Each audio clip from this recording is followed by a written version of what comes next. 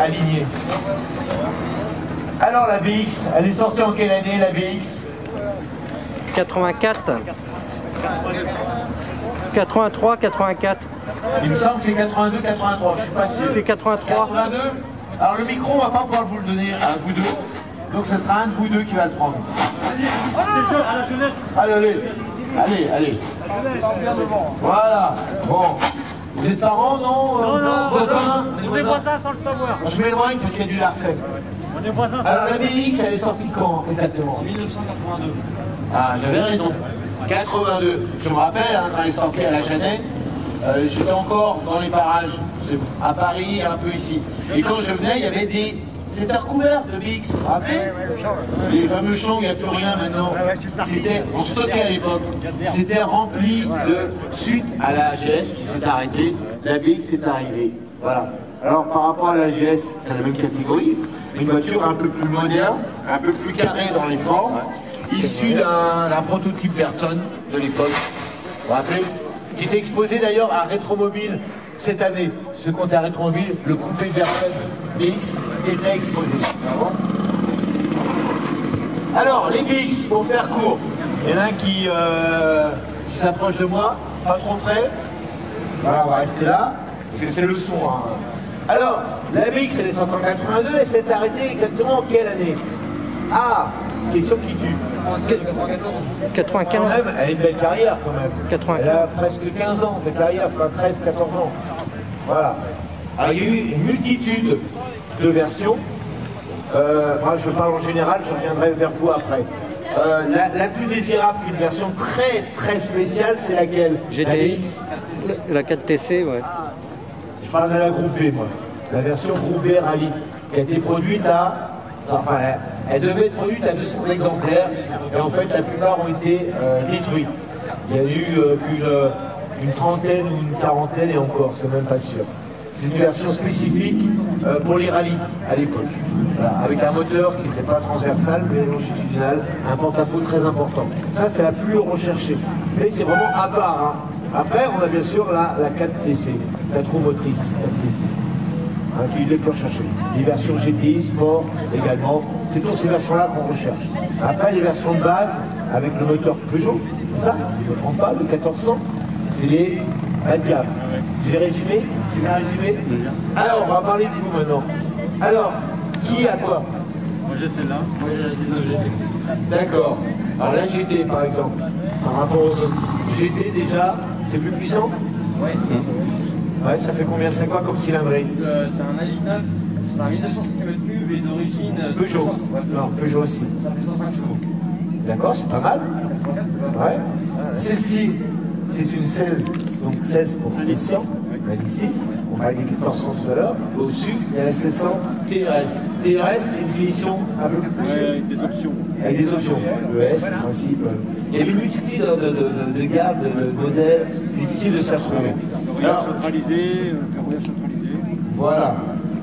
Alors, une BX, on va revenir sur la voiture en elle-même, ça vaut combien aujourd'hui? Alors, vous direz, ça dépend du modèle, du kilométrage, de l'état. Alors, pour faire court, une moyenne générale pour un modèle comme celle-ci. Elle est en meilleur état, apparemment, celle-ci. Celle-ci. Fourchette. De 4 et 6 6 000 €. D'accord. Ça commence à monter, je pensais que c'était plus bas que ça. Ouais. D'accord. C'est pas dur à trouver, j'ai un ami, moi, qui n'est pas là aujourd'hui, on a trouvé une qui avait très peu de kilomètres, la personne était décédée, sa fille presque donnée, presque, débarrassée. Parce qu'aujourd'hui c'est une voiture qui est, je le disais tout à l'heure, qui est mal aimée, elle n'est pas encore reconnue, malgré qu'elle soit des années 80, elle n'est pas encore reconnue en collection. Hein, alors c'est bien qu'il y ait des gens comme vous qui les réhabilitent quelque part. On parlait de la GT, 105 chevaux, ça commence à faire pas mal. En fait, Celle-là, elle fait combien? 90. Oui, il y a pas 15 chevaux d'écart. Ouais. Alors, il faut le dire aussi, c'est une voiture hydraulique. Hein, ils ont arrêté à l'époque, suite à la GS, c'est une voiture avec suspension hydraulique. Vous connaissez quand même, suspension hydraulique? Qui c'est qui a été l'instigateur de la suspension hydraulique? Citroën. Avec quel modèle? Ah, il y a un piège là. La traction. Quelle était la première voiture avec suspension? La traction. Bien. Tout le monde a répondu DS. Eh ben non. La traction. La traction à l'arrière, les derniers modèles H avec suspension hydraulique à l'arrière. Et après la ABS est sortie. Et qui est comme voiture hydraulique? La SM, la CX, la GS, la BX. Hein, après il y a eu XM, Tantia. Et donc c'est encore une génération de véhicules à suspension hydraulique. Moi j'ai conduit des voitures à suspension hydraulique, c'est incroyable. La petite route que ça a, c'est génial. Celui qui n'a pas conduit une suspension hydraulique ne peut pas trop juger. J'ai eu des CX, franchement c'était génial. Hein, super confortable. Alors les BX, c'est un peu le parent pauvre parce qu'on n'a pas de direction hydraulique dessus. Les GTL l'avaient d'origine. Ah je savais pas. Direction assistée et Hydraulique, oui. D'accord. c'était d'origine aussi. T'as pas le retour à zéro. J'arrive. Je suis 10 minutes. Ah, ça j'adorais sur les sites, c'était trop. Donc, les voitures qui descendent et qui montent, on peut faire une démonstration. Tiens, pour les gens qui parlent là, on va voir s'ils ont suivi. On va interroger madame. J'ai vu qu'elle a suivi tout ce que j'ai dit. Ben alors, il faut écouter en classe. Non, vous avez tout compte? Oui, ben, qu'est-ce que là? Voilà. Alors ça fait quoi les suspensions? Ça fait... Alors c'est vrai qu'à l'arrière des fois. Alors regardez. Il y en a une. Regardez le blé, regardez. Là, on est en position haute, qu'on n'utilise pas, bien sûr, sur la route. On ne roule pas comme ça. Par contre, s'il y a un obstacle, quelque chose, ça peut l'aider. Une grosse pierre sur la route, vous êtes en montagne, vous roulez, et il y a une pierre qui est tombée devant vous. La voiture devant vous, elle ne passe pas. Il n'y a pas assez de place à droite, il n'y a pas assez de place à gauche. La BX qui est derrière, dit écartez-vous un peu, moi je vais passer. Il monte, et la pierre, si elle n'est pas trop grosse, elle va passer en dessous. Hein, à faible vitesse, on peut rouler. Voilà. Donc il y a trois positions, hein. Position haute comme ça, Intermédiaire. la position intermédiaire qui sert à rouler, et la position basse au repos, où il ne faut pas rouler comme ça non plus. Comme l'autre. C'est dangereux quand même. Voilà, ça c'est la marque Citroën, ça c'est l'hydraulique, sur toutes les voitures, les trois positions. Sur les BX, c'est un levier? Oui. Sur les CX, c'était électrique, je me rappelle les dernières CX. Donc il y avait un levier et vous, suivant la position que vous désirez.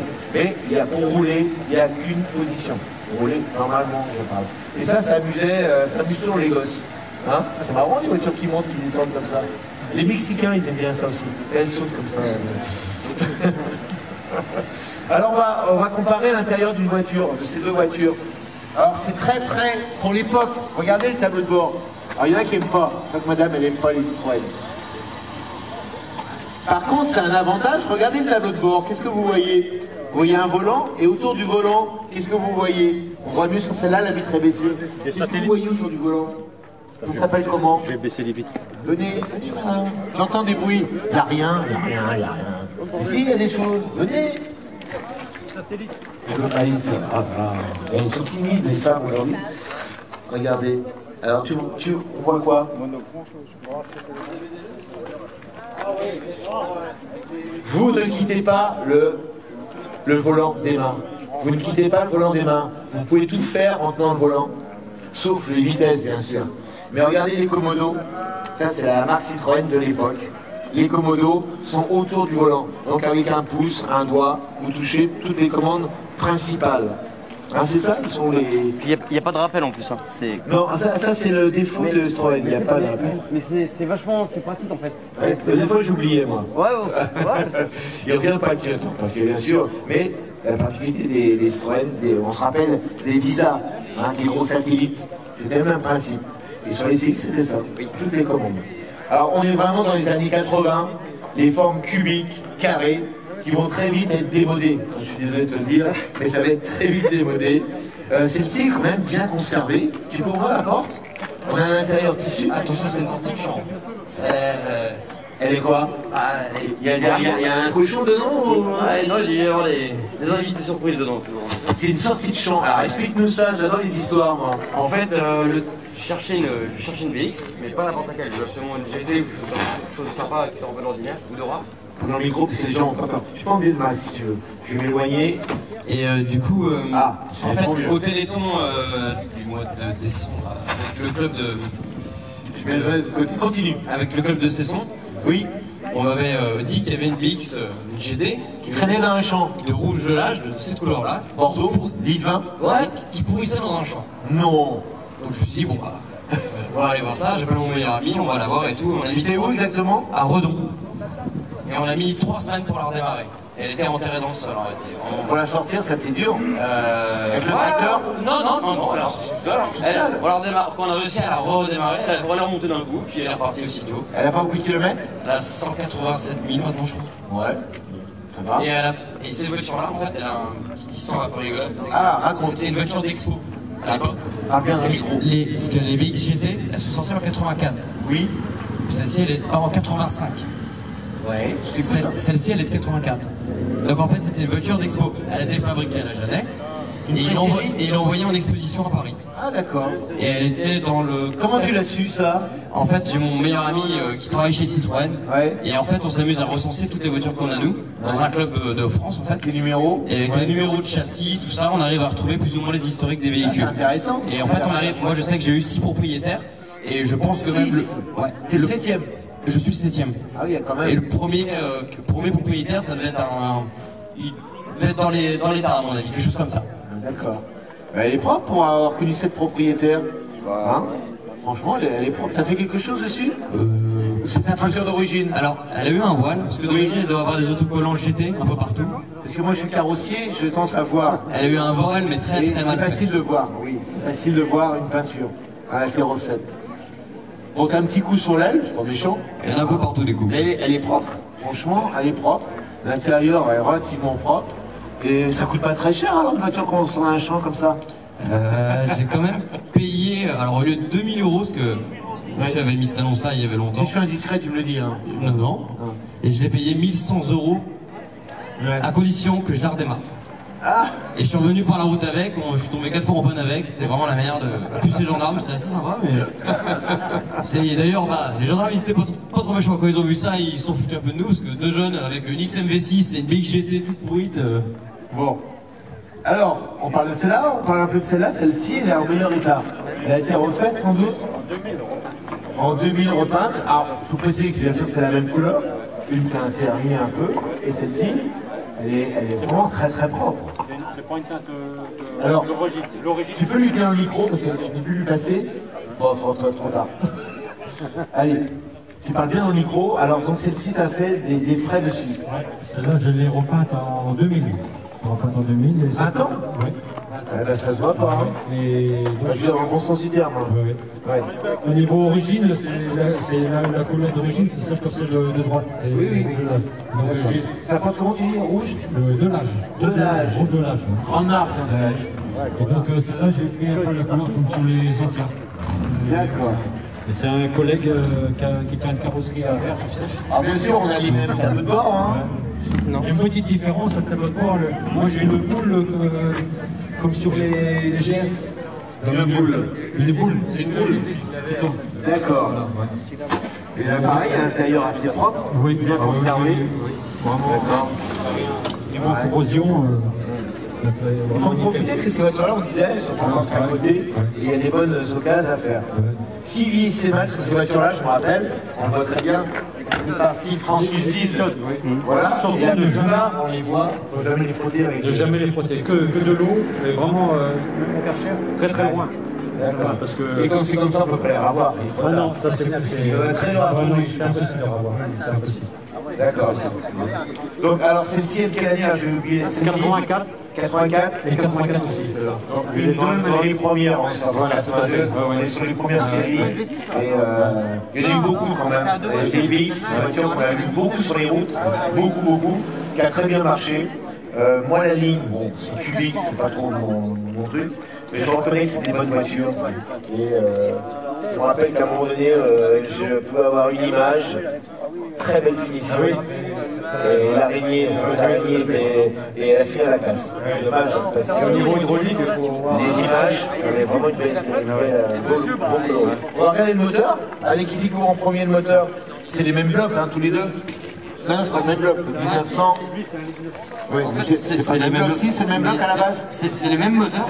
Ah oui, d'accord. Alors voilà le moteur, et puis après, ben, il sera temps de se quitter.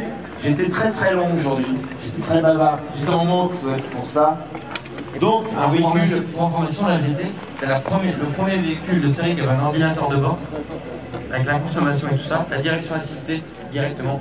Ah oui. Il y a un mini ordinateur de bord. Alors, il ne fonctionne pas, mais à la base, ici, je suis en train de restaurer, mais il y a un délimètre d'essence qui vous calcule la consommation, j'ai l'horloge, j'ai l'alarme. Moderne pour l'époque alors. Elle avait une alarme aussi d'origine que je suis en train de refaire. Donc 1,9 litre, 105 chevaux. Oui. Le moteur qu'on trouve sur les fameuses G105 GTI. Vous vous rappelez les premières GTI, 105 chevaux. Et bien c'est le même moteur. Eh oui. Ah ouais. C'est une chose là. Et ici, vous avez le 1,6 litre. Le 1,6 litre, il y avait aussi le 1,4 litre comme on disait. Donc même architecture, hein, c'est le même bloc. La modification que j'ai À fait, l'époque, eh ben, on utilisait des moteurs Peugeot. les modifications que j'ai fait, j'ai mis un starter manuel dès que je l'ai eu. Un starter manuel, c'était automatique. Oui, c'était automatique. C'était une consommation incroyable. Parce que là, je fais, en faisant un petit peu de ville et de la route normale, je fais entre 7 et 8 litres. C'est très raisonnable pour les gens. Oui. Par contre, avec le starter manuel, c'est 31 litres et demi, 2 litres de plus. N'oublions pas qu'il y a eu les versions diesel, qui ont été beaucoup utilisées aussi. Hein, les versions diesel de la BX. Parce que c'est l'époque du diesel. La couleur d'origine, c'est ça. Voilà. Donc elle est légèrement différente. Légèrement. Par parallèle, oui. Merci d'avoir présenté CBX Oui. avec moi. Hein. C'était un peu imprévu, mais bon, je le dis, c'est une voiture qu'il faut réhabiliter. C'est une Citroën. Et même si c'est un peu Peugeot, parce que c'était déjà fait ça à l'époque, ça reste comme une Citroën dans sa structure, dans sa façon de faire, j'allais dire, dans sa technologie. Voilà, je cherchais le... Voilà. Merci beaucoup. Merci. On va se quitter.